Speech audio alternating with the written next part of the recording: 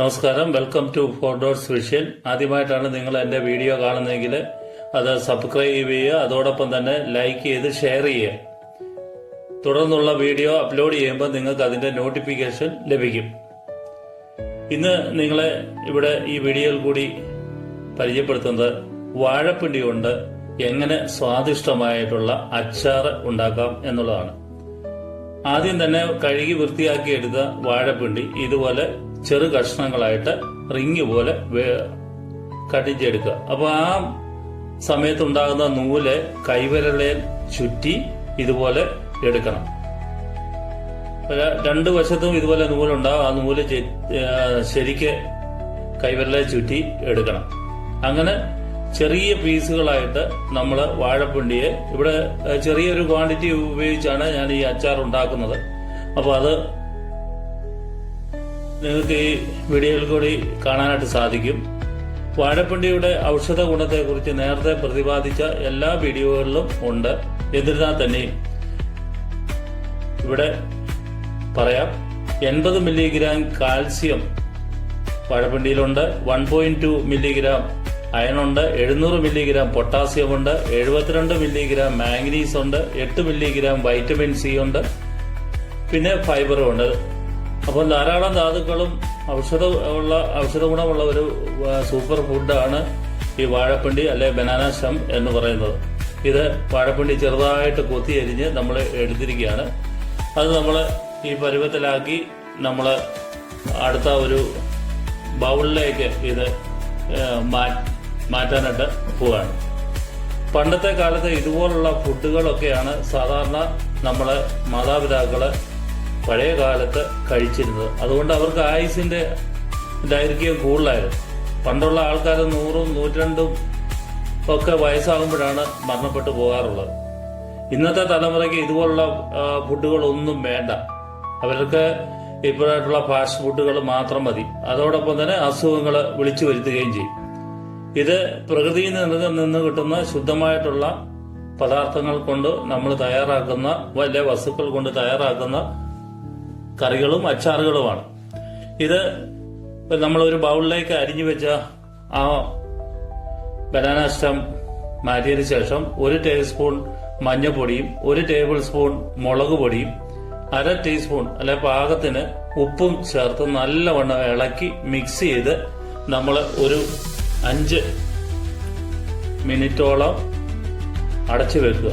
കാരണം എന്തിനാ വെച്ചാല് ധാരാളം വാട്ടർ കണ്ടന്റ് അടങ്ങിയിട്ടുള്ള ഒരു പദാർത്ഥമാണ് നമ്മളെ ഈ വാഴപ്പിണ്ടി എന്ന് പറയുന്നത്.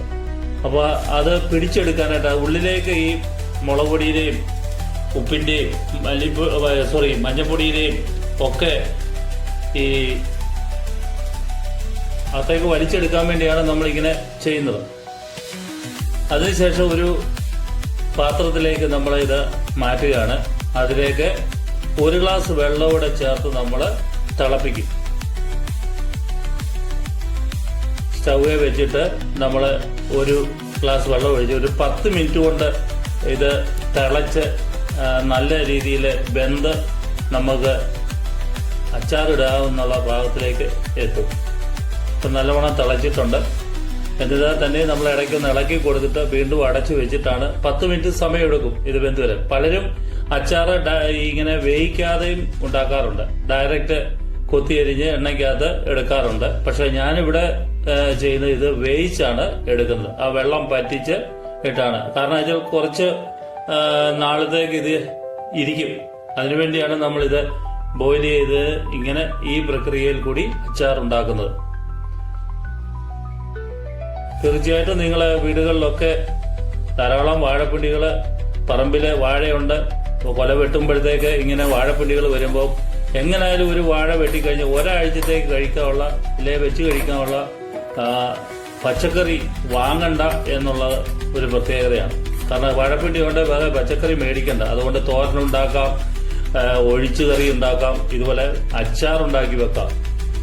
ഇത് ഇനി അടുത്ത അച്ചാറിന് ആവശ്യമായിട്ടുള്ളത് കടുക്, കറിവേപ്പില, വെളുത്തുള്ളി, വറ്റൽമുളക്, 1 കഷ്ണം ഇഞ്ചി, അതുപോലെ തന്നെ നമ്മളെ കായപ്പൊടി, ഉലുവാപ്പൊടി, മുളക് പൊടി, മഞ്ഞൾപ്പൊടി, ഉപ്പ്, ഇത്രയും സാധനമാണ് നമുക്ക് വേണ്ടത്. ആദ്യം തന്നെ നമ്മൾ ഈ ഇഞ്ചിയും വെളുത്തുള്ളിയും കൂടി ചതച്ച് വെച്ചിരിക്കുകയാണ്.